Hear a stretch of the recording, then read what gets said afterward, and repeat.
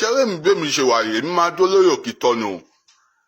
èmi máa sọ òótọ́ ọ̀rọ̀ ni o ibi tó dé òótọ́ ọ̀rọ̀ gọ́gọ́gọ́gọ́ ṣẹ́rí gbogbo ẹ̀ pòsẹ̀ sórí social media Lizzy Anjorin ó jalè ó lọ ṣe trace transfer lórí kìíní I'm not in a support in that way yes I know pé mi àti Lizzy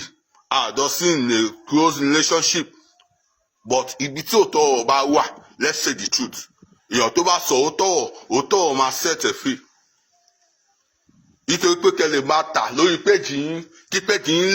péjì yín lè máa lọ fà lẹ́ṣọ́ wá ń kọ́pì fídíò yẹn lẹ́ wá ń post ẹ̀ now ibi tí incident ṣì ṣẹlẹ̀ ibi tí Lizzy ti lọ ṣe transfer wọlé táwọn ọmọ ẹ̀ ti ń pariwo wọ́n padà ṣe fídíò kan lánàá fídíò ìdí tán ti sọ pé Lizzy ò jalè o àwọn ọ̀tá góòdì ń bíbá yìí o stone làwọn ń tàn bíbá yìí o Lizzy ò jalè o olè kọ́ ni Lizzy o olè kọ́ ni Lizzy Anjorin o post fídíò yẹn o mo bá àwọn bloggers ló post fídíò yẹn o ṣẹ́yìn bloggers ìkọ́tà bá ṣe láyé yìí àkọsílẹ̀ wà o ìkọ́tà bá ṣe fọ́mọ̀là kejì wa àkọsílẹ̀ wà tá bá ṣe dáadáa fọ́mọ̀là kejì wa àkọsílẹ̀ wà tá bá ṣàbúrú fún tó wà aburú tó dẹ̀ wà aburú àkọsílẹ̀ wà fún wa o bọ́mọ́ mi Lizzy Anjorin ẹ̀dẹ̀ wà advice yín ṣẹ́rí gbogbo nǹkan tó ṣẹlẹ̀ lẹ́yìn ọjọ́ mẹ́ta yìí kékeré ni kínkínní ni kàṣàṣàṣà sì ń bọ̀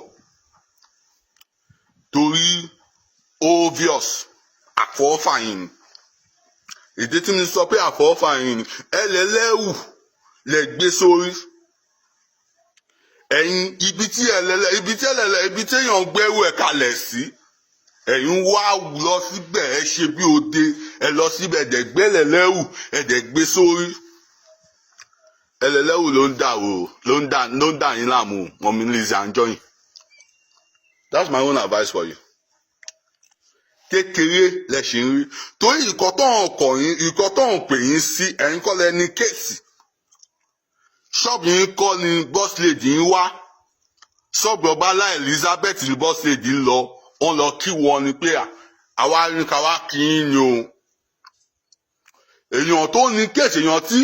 wọ́n wá bísítì ní ṣọ́ọ̀bù kò gbé sórí bíi alákàn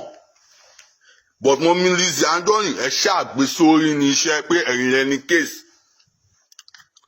ṣé ò wá tán àbí ò tán ogun ayé kọ́ ló ń dà yín láàmú o kò sẹ́yìn bọ̀dì tó ṣàṣìṣì yín o ẹ̀yin lẹ fọ́ ara yín fà ẹ̀jẹ̀ ṣe anybody ẹlẹ́lẹ́wù lẹ gbé sórí ṣé yín máa advice ṣé ẹlẹ́lẹ́wù tẹ gbé sórí yẹn máa fún yín ní advice ẹ má wulẹ̀ lọ bá àfà ẹ má lọ bá babaláwo ẹ má lọ bá pásítọ̀ ṣé Ọlọ́run lè fi ara èèyàn kọ gbàdúrà ṣé ń gbọ́ èmi máa kàn ní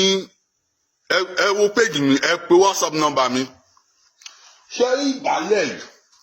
ìgbálẹ̀ yìí ó ń ṣe tuntun o ìgbálẹ̀ yìí máa ti gbá yín gbọ́ ẹ̀wù yẹn kò lórí yín ìgbálẹ̀ yìí máa fi gbá yín gbọ́ gbogbo ìyà gbogbo àṣìṣe gbogbo àrùn burúkú tó wà lára yín torí tẹ́ ẹ̀ bá tètè gba ìgbálẹ̀ yín sí yín tẹ́ ẹ̀ tán bá tètè gba ìgbálẹ̀ yín sí yín lára Lizzy Anjorin èyí tó ń bọ̀ lọ́jọ́ ọ̀la ó máa tóbi o ẹ ṣáà pé aṣọ white mi wọ̀ mọ̀ọ́kọ́ tí mi rí o mọ̀ọ́kọ́ tí mi rí lọ́jọ́ ọ̀la mọ́ mi Lizzy Anjorin is better my advice for you ẹ má lọ bá pásọ ẹ má lọ bá babaláwo ẹ má lọ bá wọn aláàfáà tó máa ń ké ó túbà fún yín ẹ tọ̀ sẹ́mi èmi Ọlámídé Sulaimon ṣé ìgbálẹ̀ yìí ó ń ṣe tuntun wọ́n ti fi gbá gọ́tà wọ́n ti fi gbá gbogbo ìdọ̀tí bọ̀ tí bá lo ìgbálẹ̀ pàtúlà ìgbálẹ̀ tí mo mú dání tí bá lò sí yín lára tí bá fi gbọ́n gbogbo orí yín gbogbo ìdọ̀tí tó wà lórí yín máa kúrò láti gbọ́n gbogbo ara yín gbogbo ìdọ̀tí tó wà lára yín máa kúrò tí ì rí fíìmù ẹ ṣe gbẹrẹ ni ẹ mọ̀ pé tẹ́yìn lọ́rùn tẹ́ bá hàtì fíìmù ẹ ṣe máa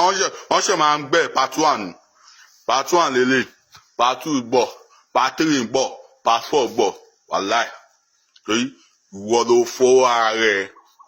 ara rẹ̀ pa. ẹ̀yin èèyàn wa ẹ mà ti gbọ́ àwọn ọ̀rọ̀ yìí tí arákùnrin yìí tí ó sọ nípa òṣèrébìnrin LIZZY ANJORIN nípa ìṣẹ̀lẹ̀ tí ó ṣẹlẹ̀ sí ní Ìdúmọ̀tà. ẹ̀yin èèyàn wa kí ni ohun tí ẹ lérò lórí ọ̀rọ̀ tí arákùnrin yìí ṣẹ̀ṣẹ̀ sọ tán nínú fídíò yìí? ibi tẹ́lẹ̀ lẹ́rù gbẹ́rù sí wọlé fọwọ́ rẹ̀ gbé. LIZZY ANJORIN contact mi kí bẹ́ẹ̀ fi gbálẹ̀ yìí tó dáa tí pátú má lè jáde tí pátú bá jáde wọn bí pátú máa ń tọ̀ contact mi ṣe bọ́. All right, take care.